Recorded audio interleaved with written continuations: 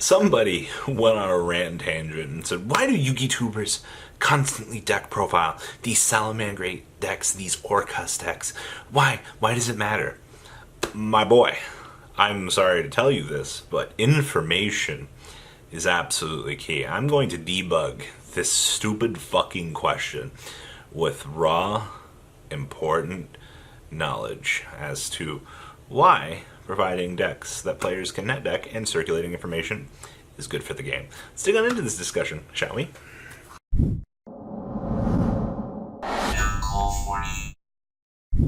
Believe it or not, this game is funded and founded. I like funded better on information. So here's the thing. I'm going to be short and sweet with you here on this. Information is key, and you'll learn this about anything in the world. If somebody knows something that you want to learn, you're going to seek them out to do it. Harpy deck, fan-fucking-tastic example of this. Do you know how many players went above and beyond seeking that information? And now that it is circulated, players are more vastly educated. Now, this goes hand in hand with net decking as well. You want to look at a large spread of data. You're probably intrigued, why is this deck topping in Brazil? Why is this deck having success in the United Kingdom but not in America? Why was their success found in this combination of cards in this region and not that? I know the average fucking Joe is not going to look this fucking far into that. It's probably what the logic of this guy was. This guy's probably net decked 4 Salamangreat decks. He's got his ratios down. He's like, fucking, I don't care what Sweden's playing, or fuck that over there. To the more experienced player, though, to the global spread and trends of things, information and tech choices are absolutely important. Now, if you're bluntly asking, why are they profiling Salamangreat decks? Because, I don't fucking care. Like, well, did you notice that the bill was playing Buffalero? Did you not see Signet Minings? Did you see Signet Minings? I could have a logical discussion with you about success of Signet Mining and without Signet Mining. Why people find success with Flame Buffalo without Flame Buffalo. Why players do the things that they do with this deck. It's called tech choices. Alright? The deck just has to fucking go and functionally work to a degree. But I don't think the average player does that, especially if you're a sheep and you're just looking to straight net deck something right away. And logically, I understand. Why put fucking huge slot into something when you can just pull up the information and have it spoon-fed to you? I like cereal. Like, literally, that's all this fucking is. Alright? But information allows for evolution to happen. And we're going to be using evolution as the term change and adaptation for this context. So, you start off the beginning of the format, you see Salad's doing something now. You come back 2 weeks later, you see the trends have started to shift gradually. You go into the next YCS. Post YCS, you look at list. It's like things are different again. It's called evolution.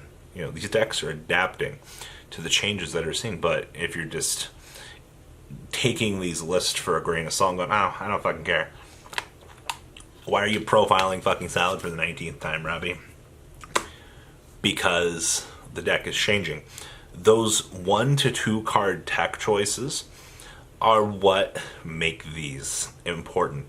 Players are changing the landscape of the game. Example of this, coming off of the last event here, we saw Electric Virus being used against the Thunderboard. Alright, now, had players not been educated about this tech choice, you actually saw a double evolution there, which is kind of rare. You saw that Thunder players were aware that Electric Virus was coming. Standard players took that chance.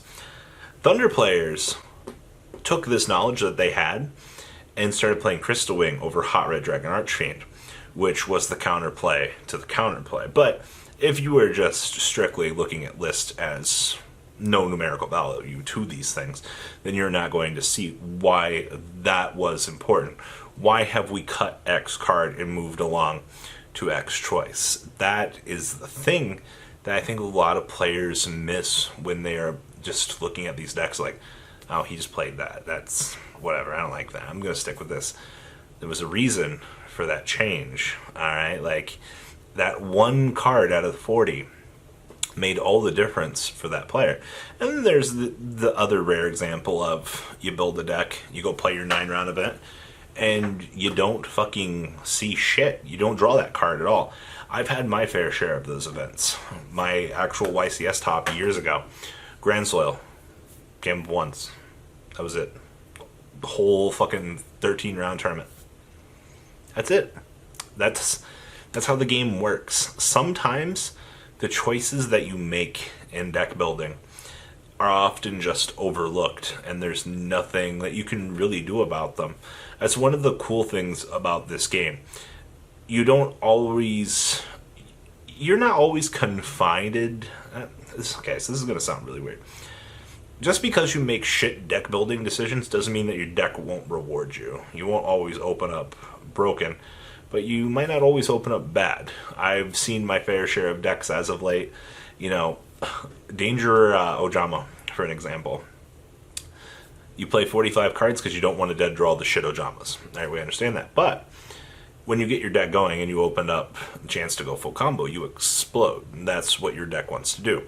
It's something I think a lot of players definitely miss when they look at these formats. I'm being serious here. Players play more cards to miss these dead bricks.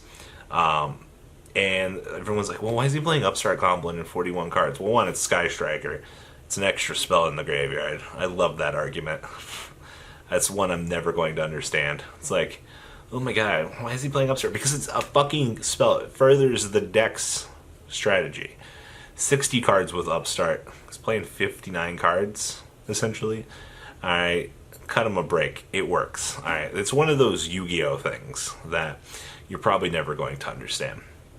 Back on case in point here, ladies and gentlemen. Players need to understand that information is everything that this game has ever been about.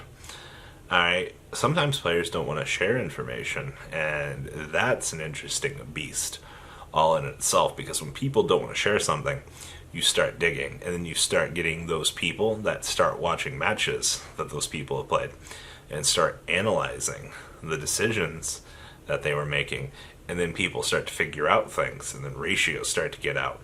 Those are the real challenge modes. I fucking love those. Alright, those are the best of the best. Those are the people that will really push the bill trying to figure out information. And I applaud those people. I really do. They've got a purpose in life and they go for it. But I digress. That is a topic for another day. So, netdecking and information spread go massively full hand in hand here. Ask yourself this question. This is something I've learned to do. When I look at a deck profile, I'm like, why do I want to profile this? Why are we doing this? And I did this a lot with Salaman Great Decks, this format. I would look at Signet Mining. I'd be like, all right, why are we playing these copies? Or why are we not playing Signet Mining? Why are we playing Signet Mining? Why are we playing Flame Buffalo? Things like that. You have to ask yourself, why are we finding success in these card choices? Once again, who can tell me why the Trickstar engine was good in Orchest? Before everybody spoon-fed you the information, you would have been like, oh, it's a free card engine. Card also multi-purposes for Sky Striker. But average players might not have got that and just said, I'm not going to deal with this shit. I don't like the Trickstar engine. And then once more and more players start to become educated and understand things, you really start to see the benefit of these things. So yeah, it's a strange thing, ladies and gentlemen.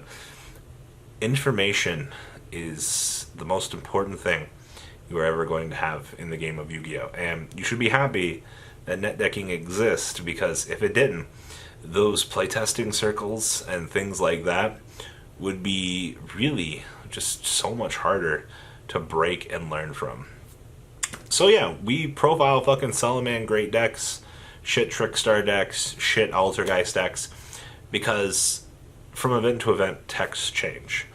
Players go with the decisions that they make, and it's always interesting to see why somebody is testing something the way that they are. It might be elementary to you, you might not understand, you might not like their choice, and you're free to argue that.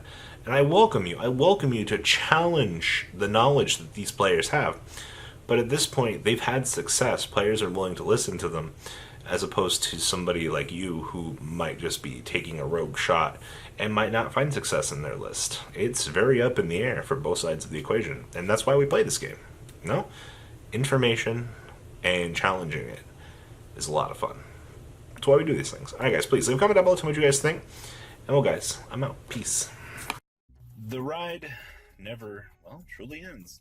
Thank you, patrons. Without you guys, I don't know what I'd be wearing in these videos. I might be a truffle shuffle incident all over again. Guys, please also check out VanCole40 for some awesome Vanguard content. Some other interesting stuff you might find up here on the left or in the description as well. Thanks for watching.